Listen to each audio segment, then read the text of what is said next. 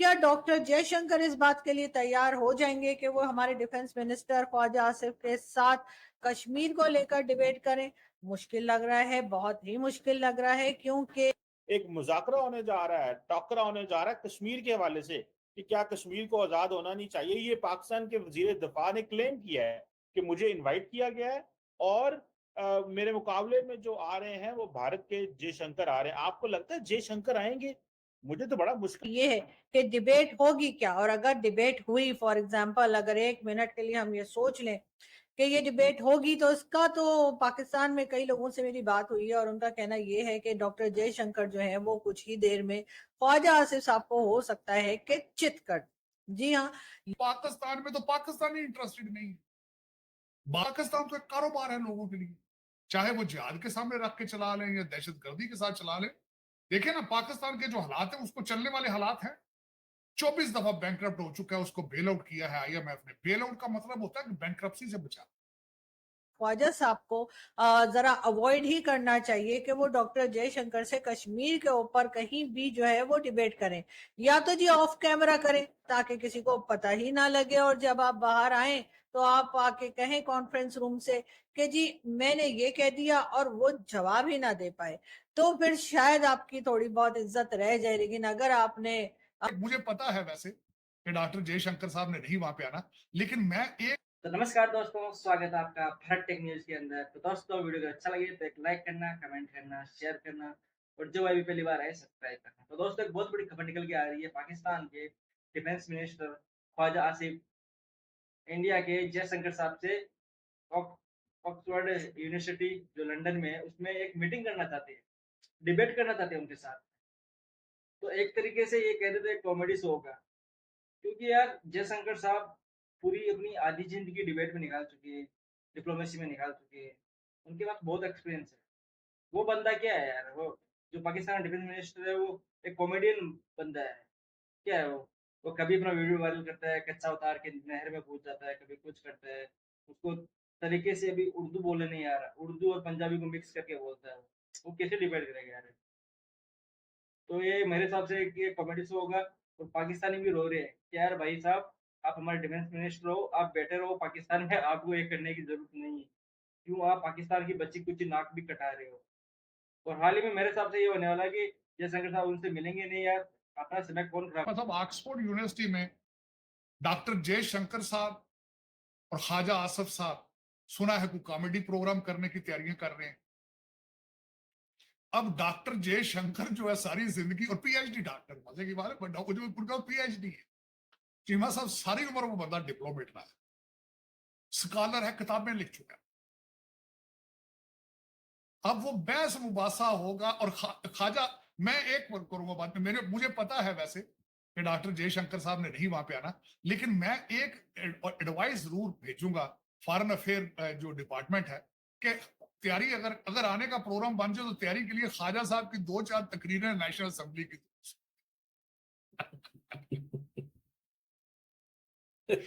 उनकी तकरीरें आधी पंजाबी में होती है। जी। और तो खास अंग्रेजी बोल लेंगे तार साहब वो इतनी लंबी, सारे 1.5-2 घंटा?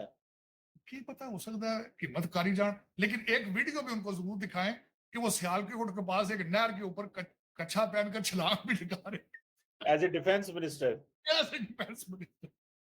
तो चीमा साहब, वो बड़ा इंटरेस्टिंग आपने बात बताई है कि वो एक कॉमेडी शो होगा। मैं तो कहता हूँ दोनों कंट्रीज के एंटरटेनमेंट के लिए वो होना चाहिए साहब, कि ख्वाजा आसिफ पूरी जिंदगी मेंबर रहा है पार्लियामेंट का, 30-40 साल उसके पास तजर्बा है, फॉरेन मिनिस्टर रहा है, डिफेंस मिनिस्टर रहा है। कुछ ना कुछ तो तार साहब उनके पास टीम भी तैयार करने वाली होगी। ये ऐसी बात तो नहीं है ख्वाजा आसिफ टफ कंपटीशन दे सकते हैं डॉक्टर कंपटीशन जयशंकर में को। कंपटीशन में टीम की और तैयारी की जरूरत होगी। डॉक्टर जयशंकर को, ख्वाजा साहब तैयारी की जरूरत ही नहीं, तो ऑटोमेटिक में। चीमा साहब, पाकिस्तान की कैबिनेट में सुना है कि जिसको खुडे लाइन लगाना होता है उसको डिफेंस मिनिस्ट्री दे दी जाती है।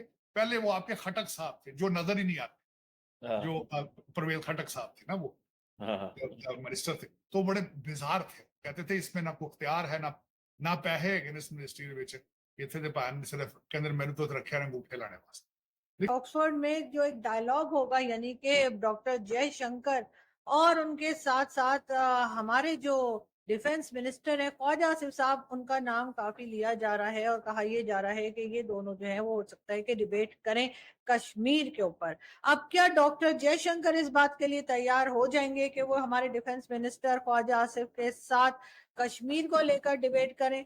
मुश्किल लग रहा है, बहुत ही मुश्किल लग रहा है, क्योंकि जाहिर है कि इस वक्त इंडिया पाकिस्तान के जो रिलेशंस चल रहे हैं उसमें नहीं लगता कि कोई भी जो है वो बात करने के लिए भारत से, पाकिस्तान के किसी मिनिस्टर से बात करने के लिए भारत से कोई तैयार होगा।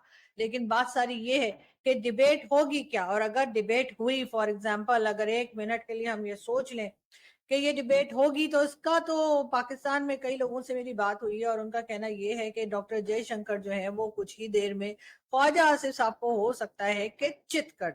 जी हाँ, ये खतरा भी मौजूद है। तो मेरा ख्याल है कि ख्वाजा साहब को जरा अवॉइड ही करना चाहिए कि वो डॉक्टर जयशंकर से कश्मीर के ऊपर कहीं भी जो है वो डिबेट करें। या तो जी ऑफ कैमरा करें ताकि किसी को पता ही ना लगे, और जब आप बाहर आए तो आप आके कहें कॉन्फ्रेंस रूम से कि जी मैंने ये कह दिया, और वो जवाब ही ना दे पाए, तो फिर शायद आपकी थोड़ी बहुत इज्जत रह जाए। लेकिन अगर आपने कैमरा के सामने बात की और लोगों ने देखा और लोगों ने पता लगा लिया कि आपके पास कोई वैलिड पॉइंट नहीं है कश्मीर के ऊपर, तो डेफिनेटली यहाँ पर बात थोड़ी गड़बड़ा जाएगी। जहां तक मुझे मालूम है या मैं लोगों से बात करती हूँ, तो कई बार पाकिस्तान की तरफ से ये कहा गया कि जी 370 को वापस लाया जाए। अभी रिसेंटली भी ख्वाजा आसिफ साहब ने एक टीवी चैनल पे बैठकर हामिद मीर साहब, जो हमारे यहाँ के जर्नलिस्ट हैं, टीवी एंकर हैं, उनके साथ यही बात की कि 370 जो है वो आ जाना चाहिए, और अगर कांग्रेस की हुकूमत आई कश्मीर में तो डेफिनेटली 370 जो है वो आ जाएगा। लेकिन बात सारी ये है कि 370 दोबारा लग जाने से, 370 वापस आ जाने से कश्मीर में पाकिस्तान को क्या फायदा है? अगर पाकिस्तान के आप किसी भी पैनलिस्ट से या किसी भी पाकिस्तानी से ये पूछें जो इंडियन टीवी पे जाते हैं या जो इंडिया के बारे में डिबेट्स करते हैं, उनसे अगर आप ये पूछें कि अगर 370 वापस आ जाए तो उससे पाकिस्तान को क्या बेनिफिट है, तो वो नहीं बता पाते। और अक्सर इस किस्म की बात करते हैं कि जी हम फायदा वायदा नहीं देखते, लेकिन बहरहाल हमें 370 जो है वो वापस लाना है कश्मीर में।